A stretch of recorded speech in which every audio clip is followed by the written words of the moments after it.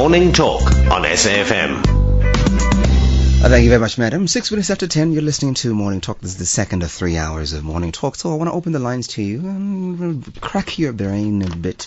Perhaps you may have researched this subject or you know a little bit about it. Feel free to call us and share your opinions with us. A lot has been said, alleged and suggested, even by people who are supposed to be learned people, about the true origins of HIV and AIDS. So this is what we're talking about today. And, well, we're focusing on the actual, proposition by our guest this morning. A lot of people have suggested that Africa is to blame for HIV. And then they say not just Africa, it is certain baboons or monkeys that are to blame, and then it jumped from the species of primates to us Homo sapiens, and then it went on.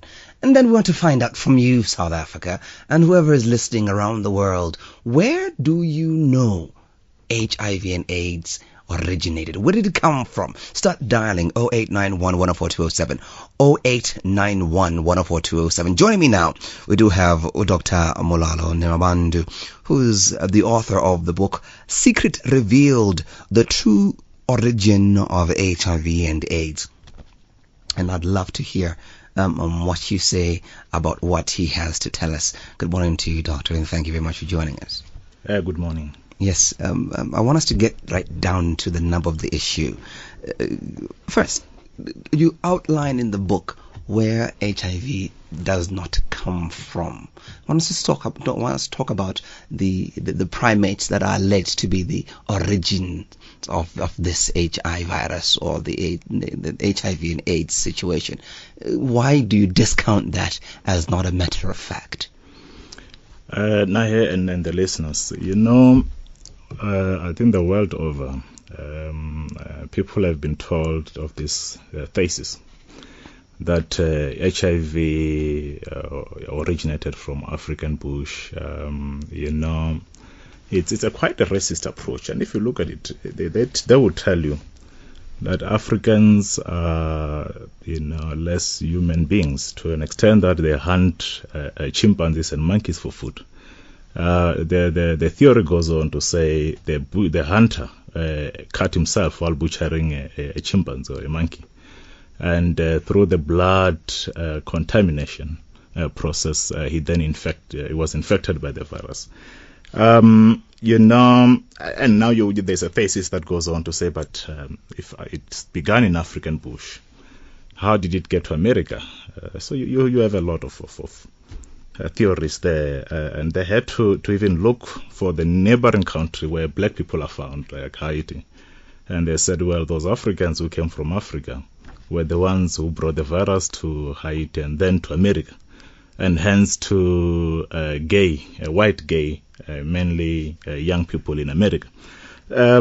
I've done a lot of research, and I think over many years, trying to prove that the chimpanzee theory is nothing short of fabrication.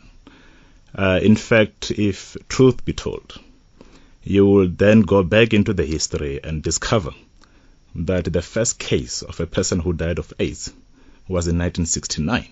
In the US. And that was in America, in the US. And in Africa, AIDS only began to show signs of existence around in the early 80s, say around 1981. That has been a decade, more than a decade, before AIDS or the virus came into existence in Africa. Now, that tells you... Or at least was known as HIV. It was known as HIV, yes. So then that tells you there's something unclear, or a mixing of fallacies and this understanding of the origin of this virus. And I had to really do this research. I must tell you that at some point, as much as I could tell that this theory doesn't make sense to me, but I believe that there could be some evidence to prove it. And I've went through the corridors of many top institutions around the world in search of this finding, but I could not come across any evidence to support the chimpanzee theory or the monkey theory. Okay. I've actually put down in this book the history of the virus, and I've actually indicated that we have got evidence beyond any reasonable doubt at this point in time to discount and dismiss this the theory of Africans having been the carriers of HIV and AIDS virus. So if you look at it, for instance, you find that because of the stigma associated with Africans being the carriers of this HIV, or originators of the virus, around the world, Africans have been dehumanized. They've actually been in other places been treated as these people are less clean, human enough, who carry viruses across the board. But again, if you look at, just getting back and look at this exclusive introduction or perhaps origin of this virus from Africa, and which then ultimately infect mainly white gay young men in Manhattan in the US, it's not only biologically improbable, it's also scientifically impossible, especially in America. If people know how America is composed of, you would actually tell that something is not making sense here. But also, going back to the very same background that says, you would have if you look at the genetics, genetic makeup of the HIV virus, you would find that the one that is mainly infecting people in West Africa shares a complete different strain from the one that you find in America, in Europe, and in Canada. Except South Africa has got some element of the HIV one that you find in those countries. And as a result, you then begin to say, but if they claim, the conscientists, that it came from Africa, from Africans, but why are they so genetically different? So in terms of their background, then you begin to realize that perhaps we are searching in the wrong origin. I want to read a few excerpts from your book, page 14 and 15. It reads, "Nonetheless, I have decided to write this book to conclude a long-standing debate by revealing the true origin of HIV and AIDS." And then on page 15, you say, "I have spent many years and sleepless nights researching the source of this killer virus, and I therefore stand to be challenged on my evidence in this book, as there isn't any other." Now, my curiosity is, it seems as if you're saying you're concluding research, you're concluding a debate, and still you're opening up yourself to possibilities of people saying something to the contrary, as though you're suggesting that, well, I may be wrong, even though you're concluding this debate. Which is it? Is it the conclusion of the debate, or you're still opening the debate? It has been over 30 years since this theory came into picture. I'm basically saying, if you have got any other evidence, challenge me, because there's no any other evidence. Okay. We have looked. I've personally looked at all other evidence. I've tried to research, go deeper into those evidence which were presented, and I could not find anything that could prove otherwise. That this virus was actually introduced through a hand of man. It was scientifically created with a specific intention, and I've given enough evidence in this book, which I've put together as a jigsaw puzzle, that when you begin to relate these pieces, you begin to see a real picture.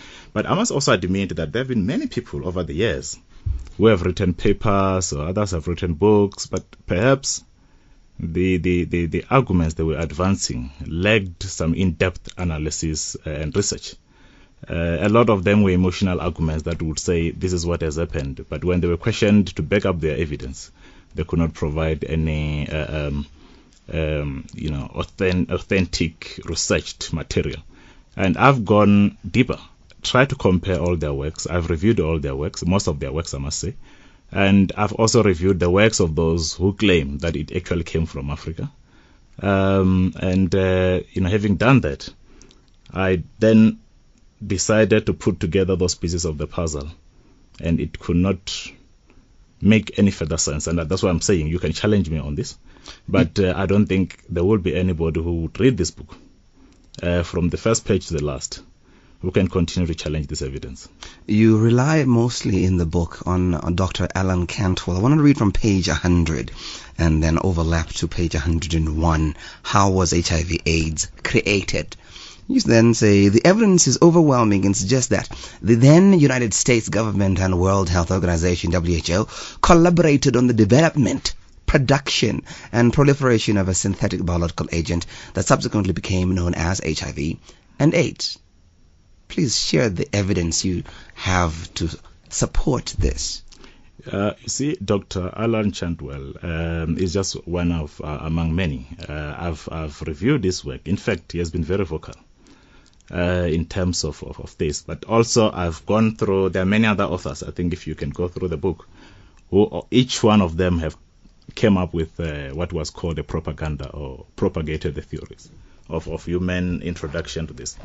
But if you go back and look at the book, which also was published by Susan, would tell you a lot of the reason why AIDS was actually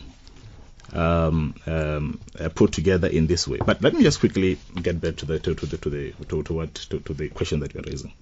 You know, in the mid 1970s, the World Health Organization introduced a massive vaccination program, which was there in Central Africa, for instance, which was then well published as the effort to eradicate smallpox. I think you will remember that also in the late 70s, gay men in New York City, later in San Francisco and Los Angeles, were recruited to test a newly developed vaccine against one of the most serious and sexually transmitted diseases, which was called hepatitis B. As just right at the beginning of 1980s, a strange new disease was beginning to show signs, and that was later known as HIV. Now, this disease only emanated or emerged from those areas where these experiments were done, in Central Africa and in Manhattan, in America. And when you look at this, you would then begin to say that, you know, these events have something in common. And if you put together these pieces of the puzzle, you begin to realize that as the AIDS was began to be diagnosed in 1981, it couldn't have been a coincidence. It could have started somewhere else. Why didn't it start in Haiti? Why didn't it start, say, for instance, in South Africa, wherever? You begin to realize that, and I've also gone deeper into that research. I've went to even uncover the funding that was requested to deploy these viruses, to create these viruses in the laboratories, which, and later you would see that funding was then approved, and there were a number of other cases that were created. And in fact, much earlier, as early as the early 60s, they've made few experiments that were not successful. And that is the reason why the first case of the person who died of AIDS was in 1969. And then later... And you allege as a little boy. He was a teenager. He was a teenager known as Robert R. So yes. You're alleging that the U.S. government experimented on a teenager? No, that's not me. It's evidence. It's documented, and I've taken liberty to acknowledge every source that I've used. Yes, unfortunately, it happened to a teenager. I'm not alleging, and I've actually said in this book that I'm not even blaming the American government of today, but they also know that they've inherited a system and a legacy that had a lot of these upper hand activities. Who are the scientists behind the manufacture of this virus? You know, you had a number of them. You know, Beatrice Hahn, he was among those who propagated the theory at first. But if you look at the military department, I'm actually looking for the names of the scientists who created the virus. Now you're talking about Hahn, who propagated. Yes. Yes, I'm now looking not for the propagators of the myth. I'm looking for the people who put together the actual virus, who put their minds together to create this virus. Well, you know, I'm not sure if I have to mention names. Well, but the book has actually mentioned a couple of these names. And if you look at, for instance, I'll just quickly refer you to... Okay, whilst you're still paging, I need you to answer another question. Okay. Where did this fund come from? Who was funding the manufacture, creation, production of this virus? It was the United States. The government? The government, yes. All right. And the head of state at the time was fully aware of this? We think either the head of state was fully aware of it, or you find those who were in the defense, because they were using the defense laboratories to create this, were fully aware of it. In fact, the story, I mean, if you look at this, it was well publicized in America. In the London Times at the time were running a leading story, and you had a lot of publications within America that we can still have copies of, that even projected as it emanated and came from the department itself, that they believe in 15 years the entire African population will be wiped out. So for me, this smacks of biological warfare. Is it? Well, yes, you can call it that way. There have been quite a number of those that were also implemented, not just the HIV. You have a chapter in your book titled Why Kill Africa? Yes. Explain why. You know, if you look once again, and I think if I just quickly look at it, if you look at the impact of the virus, Sub-Saharan Africa has about 68% of the old world infections. That's a serious case. And if you look at your world infection rate of about 15,000 per day infections around the globe, out of those 15,000, 68% is in Sub-Saharan Africa. And I've said, why kill Africa? Because the amount of death which are witnessed from this virus are actually in Africa. They're the largest amount of death that we are witnessing. I mean, in Africa alone, we have now reached a point where we just can't cope with the virus. It's eliminating our population. But still, it doesn't answer the question. And again, no, I was saying, then you know, it's shrinking the labor force. It's impacting on our economy.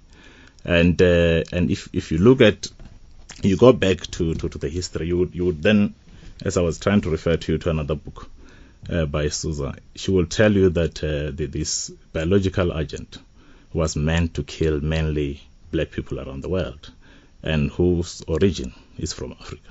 Why? You know, it's I've also had another chapter in the book that says it's a genetical... Hold up thought. I want you to respond to that question, and I want to take some calls for you. 0891 104 207, 0891 104 207. When we continue, Dr. Nemavhandu answers the question, why kill black people around the world? Gear yourself for 22 exciting regular Friday evening appointments, because Noot for Noot is back. We're going to rock you again with brand new music challenges, bubbling contestants, brilliant guest artists, and our red hot band.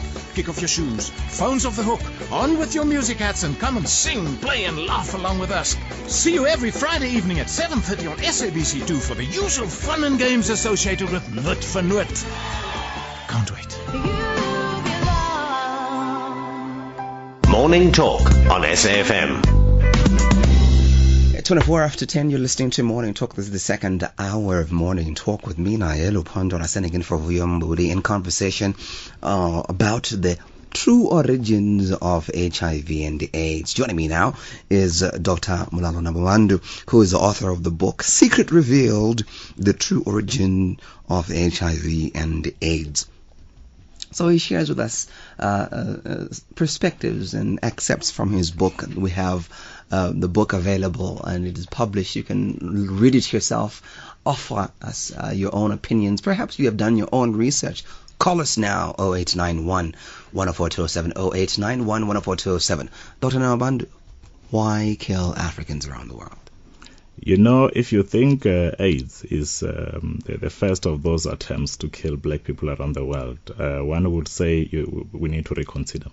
Like, for instance, I just want to give a quick background. If you think at the time of the slave trade, we always say at the bottom of the Atlantic Ocean lie bones of some 150 to 250 million people, black people, who were killed during those centuries.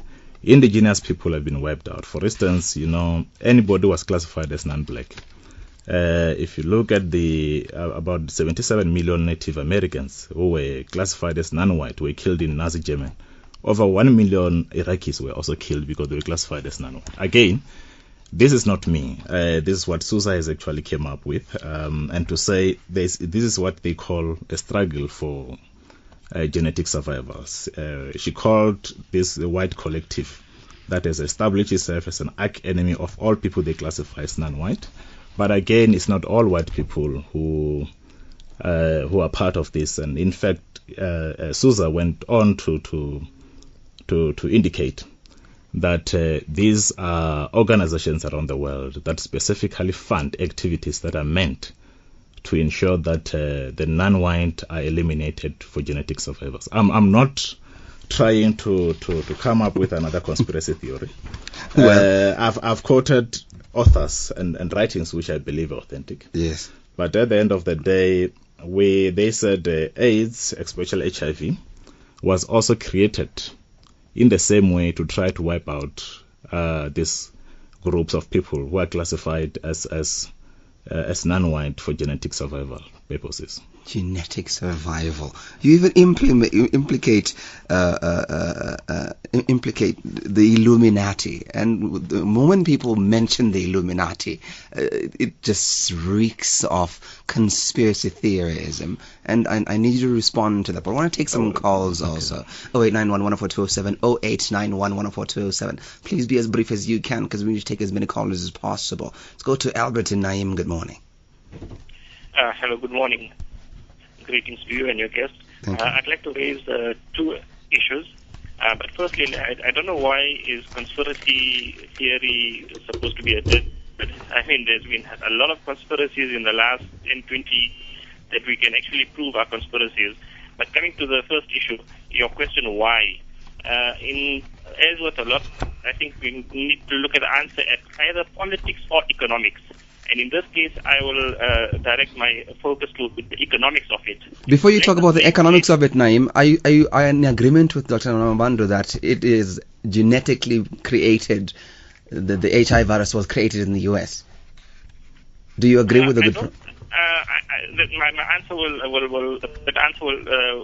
come in my response. Okay, go ahead. I think we need to look at the economics of it. Like the slave trade, intentionally to wipe out the black race, but it was to exploit them economically. In the same case, Go ahead, we need to look at the big pharma, the pharmaceutical industry, and the killing, unfortunately, literally as well. But the main killing was a financial killing that they'll achieve through, firstly, the whole, what will follow is the whole antiretroviral drug regime that gets sold worldwide. And I think in that aspect, I think President Mbeki has been maligned, perhaps unnecessarily. I think the bigger game wasn't whether HIV causes AIDS or of the antiretroviral program and the challenging the power of big pharma, of the pharmaceutical industry, and their attack on him was basically to protect their financial interests. I think this is the one area that we need to examine more closely. The second issue I want to raise is what is called iceberg journalism. Iceberg journalism is what we have predominantly today, where journalists generally don't go beneath the surface of the waves, don't go beneath you focus on that small tip that is exposed, and we endlessly discuss that. But the bigger, the more serious issues lie beneath the waves, the more dangerous issues lie beneath the waves that we hardly ever interrogate. Whether it's the assassination of JFK, Chris Hani, or Osama bin Laden, there's the official story and there's the real story. And whether it's the pharmacy, it's the banking, what we see in Cyprus, whether it's the arms industry, whether it's the energy industry, always the politics and economics behind it that we hardly ever interrogate. And I think this discussion is something that we really need to focus more on, with the part that lies beneath the waves.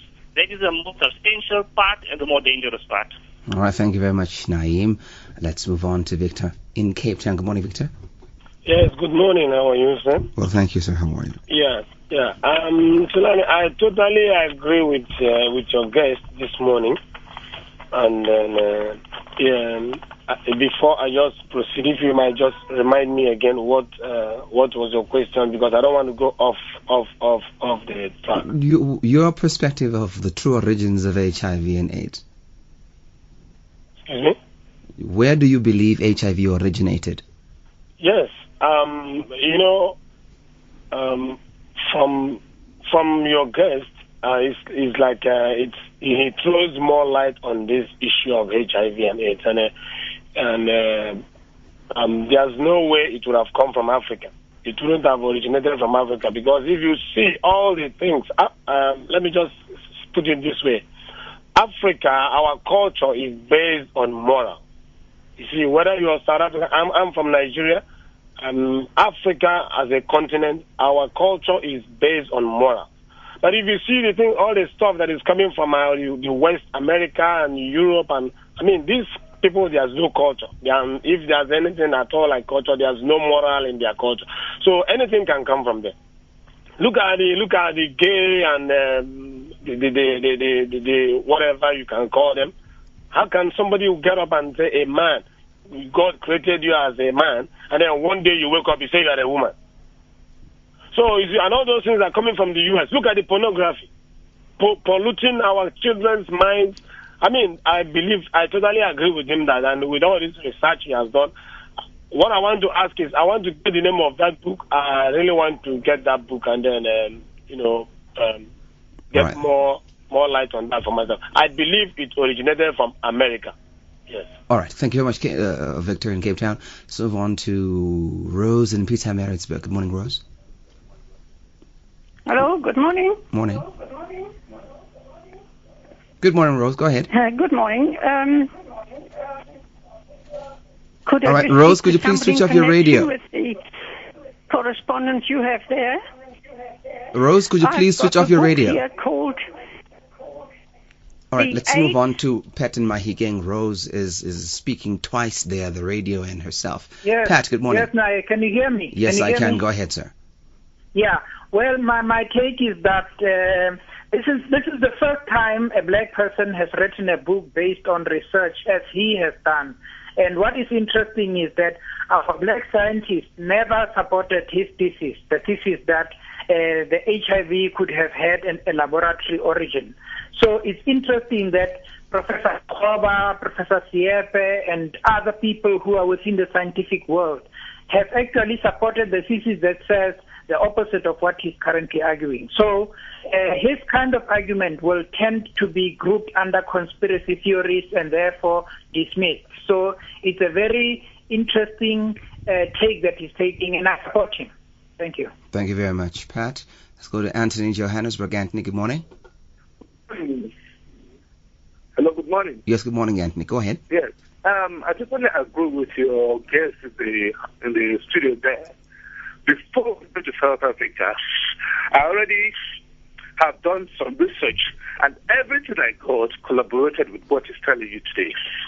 Last year, I raised a question on the social network concerning the origin of the HIVs, and the response I got was that I should quit the research, that I should stop making any further comment concerning this research that I was carrying out.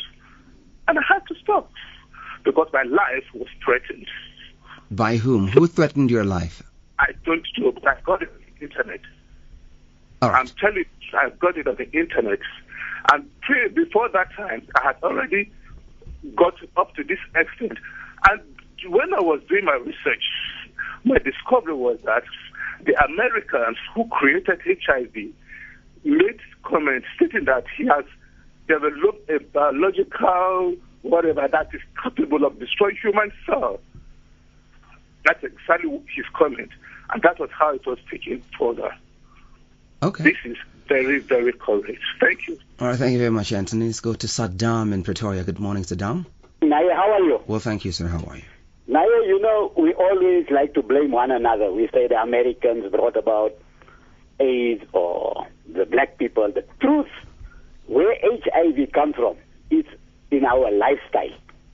Now, I say the origin of HIV/AIDS is not from men, it's from women.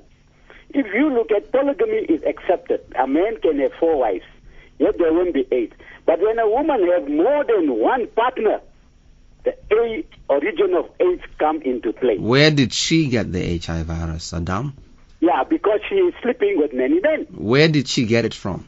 Yeah, that's what I'm trying to tell you. She, because of a promiscuous lifestyle. So she got it from a man? Yes. So where did the man get it from? The man gets it from the woman, because the woman has been sleeping with too many men. Saddam, I need you to get to the origins of this virus. Before it got into the man who infected the woman who was sleeping around, according to you, yes. Where did it come from? Because, look, if you look at scripture, the scripture clearly says there's a death sentence for adultery and fornication. And this is because God has put this punishment. But because we have now made promiscuity... So you're saying it is from God? God has brought about this punishment. HIV actually is a divine punishment. And if we don't control our lifestyle of our women, HIV will spread. It is directly related to our lifestyle. Okay. We must not accept promiscuous lifestyle at any cost. I got you. You're saying it's from God. He's punishing people who are, promiscuous. Let's move on. Dr. Nemavhandu, you've got your work cut out for you. Please respond as succinct as possible to these questions.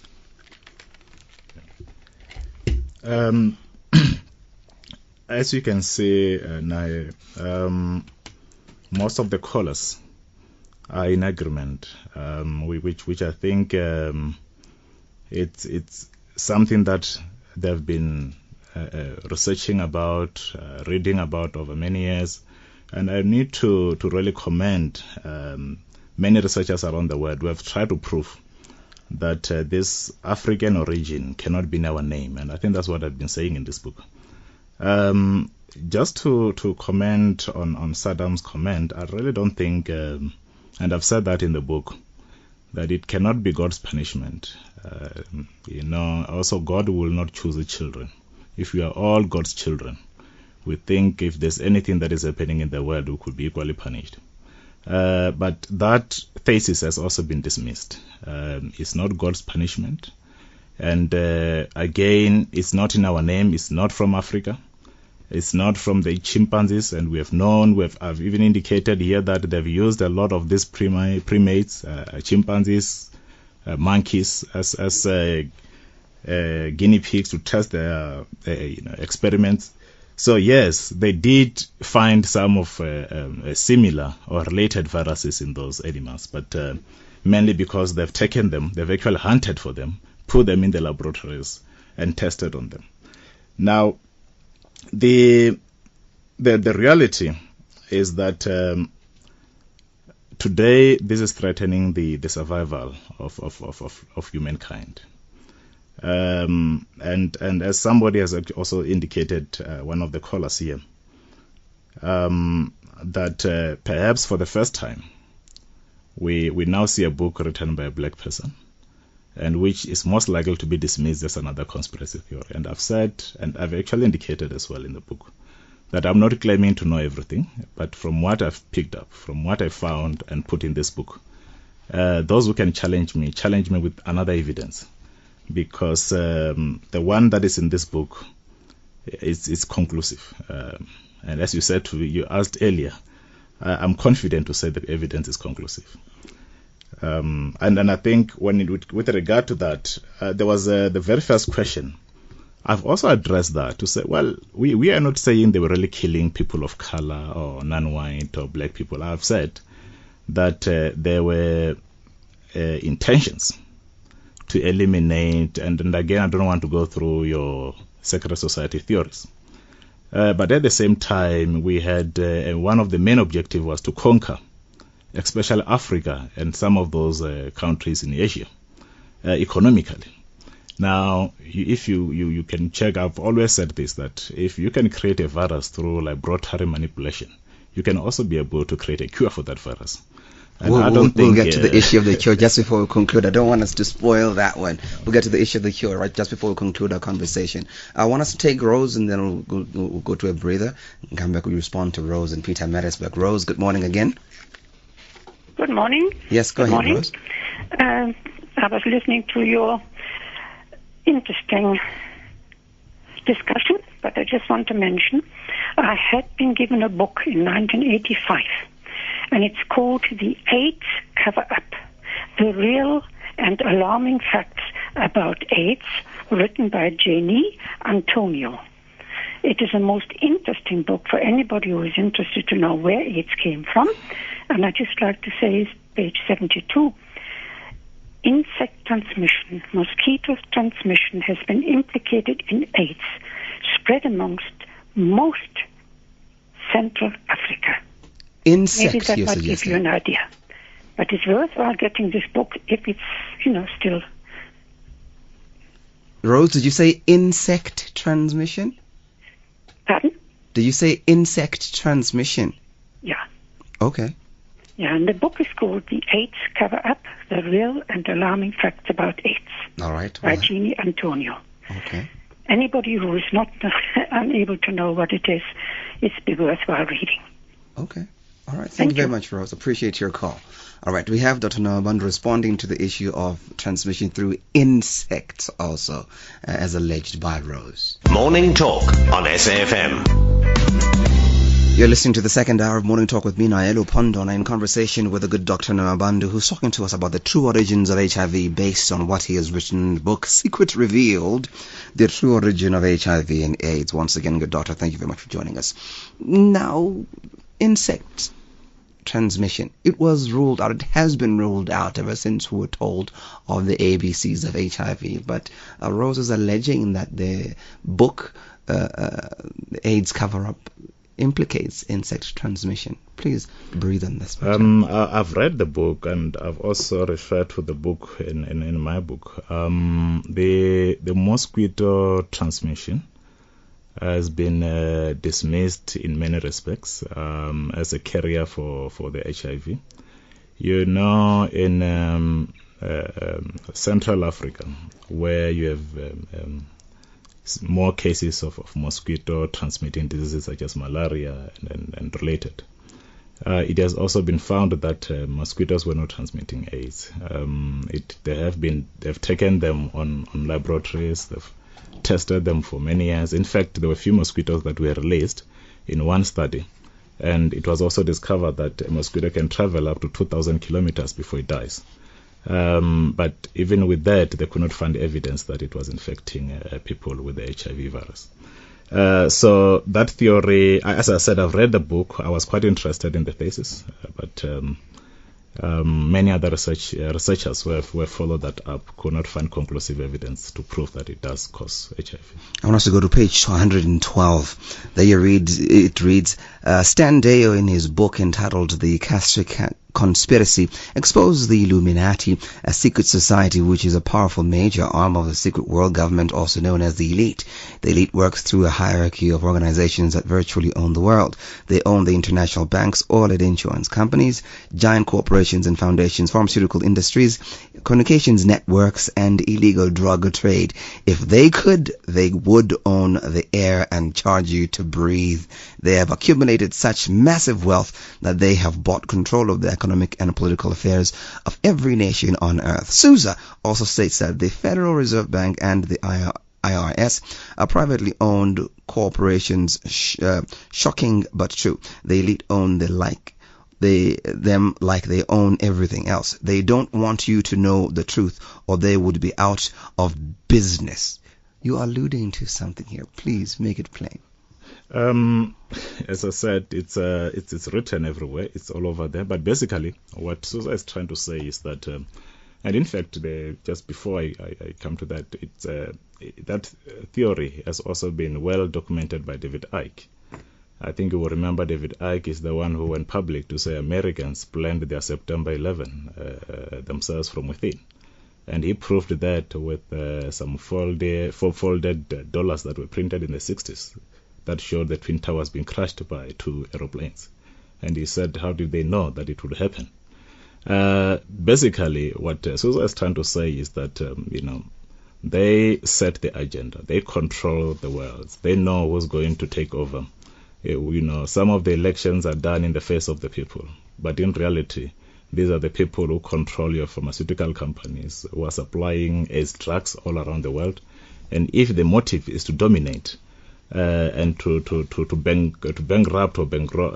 bankrupt these nations so they remain third world or poor, you have to introduce something that hit hard in the economic landscape, such as this one, so that their government must spend money on antivirals, and I didn't want to go directly, but yes, on drugs related to this. But in fact, it's a pity. It's a pity because if you look at most of this medication we call Western drugs, have got their origin in Africa or from Asia and other countries.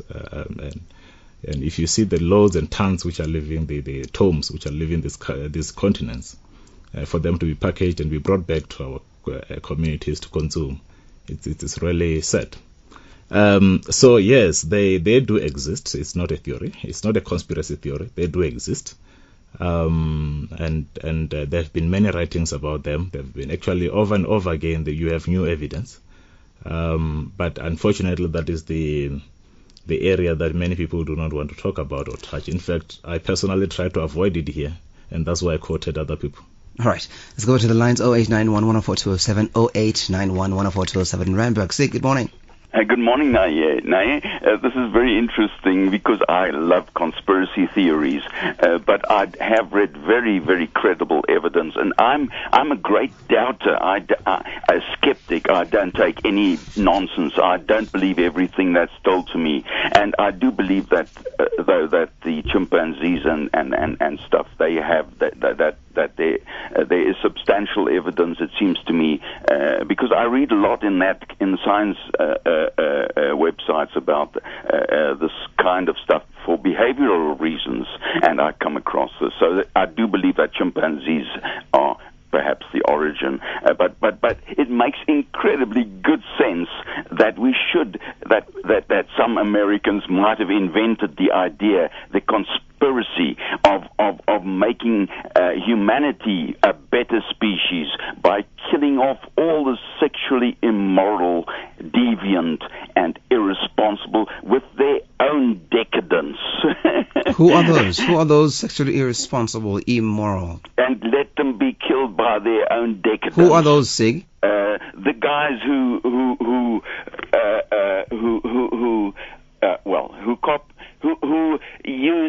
don't behave according to the standards of which most of humanity has lived to. Who are those? Which is monogamy, and yes. Gosh, we all would love to not be monogamous, I suppose, but really, that's the Sig, standard I need you we to answer live the by. question. Who are those people? I do believe that it would make sense to invent HIV. If it hadn't been invented, I do believe some people would very well I'm going to ask you the last time, destroy Sig. the people who are decadent. Who are those people who are decadent, Sig? Oh, the people who practice sex without restrictions. Who are those people? They include the gays, for example, who are very promiscuous, but it includes all promiscuous. But I will tell you that the theory of your guest is wrong because the Americans wouldn't have targeted, the blacks could not have been the target of the Americans in this context because AIDS started, to their impression, from all we heard way back, the origin of AIDS was really in San Francisco and Los Angeles. All right, thank you very much, Sig. Let's move on to Marcia in Cape Town. Good morning, Marcia. Good morning. Look, I think it's simple human reasoning to know that it's mankind who's causing all these problems with AIDS. They have no self-control, and they have too many partners. And I must admit, in Africa, we have the highest prevalence of unmarried women having not just one child, but sometimes 2 or 3 children from different fathers. So look, I think mankind in general plays a part in this, and I do believe what the Bible says about the warning about this is given to mankind for his protection. But, he's not interested. And about the gentleman, your guest, who said, when that man happened to mention the Bible and saying, God brought about this plague or that plague.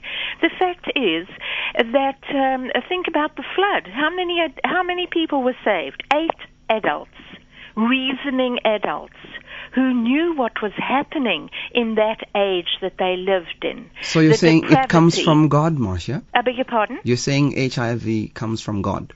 I didn't say it comes from God. I said it is a warning from God to mankind. Can you answer the question, where does it come from? The way we carry on. Where do you think it comes from, Marcia? I'm saying it comes from not only the transfusion of blood from the time of the First World War, being transferred to so many different people, even without testing. I think that is the number one, because blood in the Bible is also, we're told, to pour out the blood even of animals, drain that blood away. So you're saying the HIV virus comes from the First World War? No, I'm not saying that at all. No, you're putting words in my mouth now. Then put your own words. Where does it come from, Marcia? I said from the First World War, they started taking blood transfusions. And I believe that the blood that they give to people without even testing it can be contaminated. If people have syphilis or gonorrhea or any of these sexual diseases, and you give them a blood transfusion, they are going to be infected. People with hepatitis and all sorts of things. So blood transfusion is the origin of HIV? I'm not saying it's the origin. What I'm saying But that's the question then, Marcia, that I need you to answer. Where does it come from in your view? In my view, I have just said the Bible warns against blood, the introfusion of blood into another person who maybe can't take that other person's blood. What introduced the virus into the blood, Marcia? Come now. You know very well from all the blood samples that were taken in that prison. That was, what is it? What was it? Alcatraz. Albatross. What was it? Alcatraz. Alcatraz. Yes. When they tested the blood of murderers. So you're saying those people had testing and things, they found that there was a certain gene in that particular blood from murderers. Marcia, Yes. Marcia, I'm going to ask you the last time. Yes. What introduced the virus into the blood of human beings? Look, I've just said earlier, people's blood can be contaminated with syphilis, with all sorts of various diseases, and that can cause HIV. And don't forget... Okay, Marcia, we're gonna let you go and move on to Tamba because you're not answering our questions. Go to Durban. Tamba, good morning. Good morning. Yeah. I just wanted to know from the doctor if his book has received any scientific peer review, because he's arguing on scientific matters.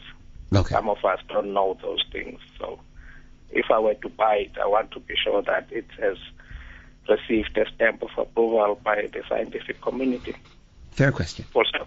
We'll start with that very question. Thank you very much, Tamba. Any peer review in your book? Well, I have I've forwarded the manuscript to a number of scientific establishments around the world. I've met with a number of them, so I've tried to also keep it quite under wrap before I release it because of the sensitivity the book carries. I wouldn't have wanted to release it for overall peer review, scientific peer review in advance. So your answer is it has not been reviewed by your peers? No. It has been reviewed. It has been seen and reviewed, and I've received a lot of advices on it. But I have not submitted it for an official peer review, no. I think that's what his interest is. That's what I'm trying to say, yes. Okay, it has not and yet. I had to protect it because I didn't want it to leak before it goes out okay. for publication. Do you agree with him, with his skepticism, that until your contemporaries in the scientific world agree with you, then it still remains another opinion out there? Well, I believe that scientists are all human beings who whatever you read, you believe, whatever you review, you believe in your own cases. Personally, I've written few other books which many people didn't agree with me, but after going deeper and do their own research, have managed to agree with me. So I'm not worried about that. I want to read from page 5 of your book. At what point are we going to see AIDS for what it is, an international crisis? When at least 3,000 people were killed during several Asian tsunamis, an international crisis was declared, with every single country in the world, including the smallest ones, doing their best to remedy the situation. The same happened in the case of the horrific September 11 attacks in America, which killed nearly 3,000 innocent people. Furthermore, the 2008 terrorist attacks in India, Mumbai, that killed nearly 180 people were responded to in the same spirit of world solidarity and commitment. There can never be any better or more deserving praises to the world nations for standing together when one nation's people are under attack. Now, my question is, you're creating the impression that AIDS is akin to these, and yet AIDS is, as Marcia and Saddam, people go and actively engage in activity that will cause them to be infected. People don't wait in a hotel to be attacked by HIV. They don't have to be in a twin tower to be gunned down by or exploded by planes and so forth. It's not like a tsunami wave that attacks you while you're unsuspecting. It's something that you consciously go out and engage in activity that will cause you to be infected. So the question is, why is it that we're blaming the people who created it, and yet we are the ones who are proliferating it? You know, the opening of my book has indicated that humanity is under attack. And I really want to reiterate that. You see, AIDS has killed over 34 million people to date, or AIDS-related illness. It kills just over 2 million people every year. And that is equivalent, and I've made that comparison to 100 by 20,000 seater stadiums, with all their occupants being killed by a virus that most people are not aware where it comes from. I will not agree with the thesis that says it's something that we deliberately go out and look for it. If you read the book and you look at the origin and how it was actually created and deployed, you will be able to realize that whichever way we can do, whichever means we can try to stop it. There's been about some over 30 million people already infected. Hold on, Professor. Saddam and Marsh are suggesting that if people want promiscuous, having one partner as a solution, have one partner who is not infected. If people were not promiscuous, then we would not have this much number of people dying. But sexual transmission is not the only way that this gets transmitted. But is their argument invalid? Yes, it is invalid. Okay. Because if you really look at it, you would realize it's purely invalid. Okay, our time is up. Is there a cure for HIV? Not at the moment, but I believe it can come from Africa by Africans themselves. And that's what this book is all about. It's more about finding the cure for HIV and AIDS than it is about the origin. So those conspiracy theorists who are suggesting that the cure was developed when the vaccine was developed when they created the virus are also misguided. Well, there seem to be also absolute relaxation because there's no urgency. But we are saying we can't wait for the West to provide the cure as always. We need to dip the bucket where we are. The African River of Knowledge. All right. Now, I can tell you this, South Africa. The book has got so much you can interact with, not only within an hour. So please go find it for yourself and read for yourself and do your own review of the book. Now, where do people find the book, Dr. Nemavhandu? It must be available in all leading bookstores. Okay. If they don't find it there, they can ask the bookstores to order it from On the Dot. All right. They will know where to find it. They're available countrywide. Countrywide. All leading book bookstores. If it's a reputable bookstore, it'll have the book Secret Revealed, The True Origins of HIV and the AIDS by Dr. Mulalo Nemavhandu. Thank you very much, Doctor, for joining us. Appreciate you coming through and talking to us. Listeners.